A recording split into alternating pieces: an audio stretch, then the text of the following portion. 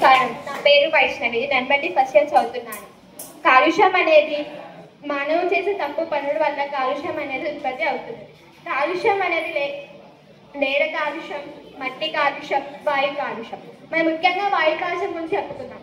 వాయు కాలుష్యం మనము ముఖ్యంగా ఆక్సిజన్ తీసుకుంటాము, కార్బన్ డైఆక్సైడ్ రిలీజ్ చేస్తూ ఉంటాము.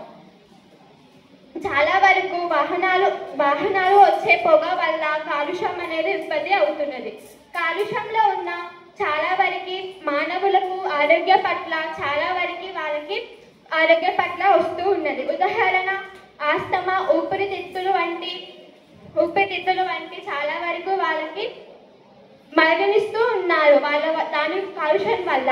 కాబట్టి మనం కాలుష్యాన్ని జాగ్రత్తగా మనము కేర్ చేస్తూ ఉంటే కాలుష్యం మనము ఇంక్రీజ్ చేస్తూ ఉంటాము.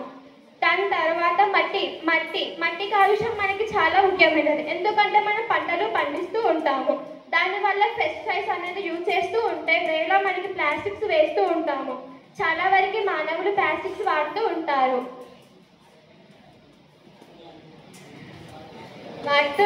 ప్లాస్టిక్స్. చాలా వరకు మనం మానవులు చేసే తప్పు పనుల వల్ల మానవులు అనారోగ్యం పట్ల వాళ్ళకి ఎఫెక్ట్ చేస్తూ ఉంటుంది.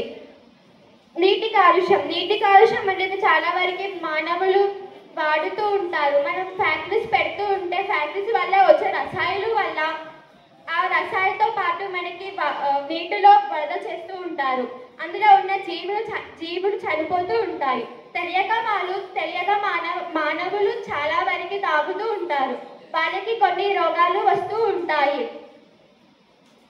మనము ఒక గుర్తు పెట్టుకోవాల్సిన అవసరం ఏముంది అంటే మనం చాలా వరకు మన ఎన్విరాన్మెంట్ చాలా మనము కాలుష్యం చేస్తూ ఉంటాము. ముందు మనం చూసుకోవాల్సి ఇప్పుడు జనరేషన్ కాదు, ముందు జనరేషన్ మనం చూసుకోవాల్సిన అవసరం ఉంటుంది. ధన్యవాదాలు.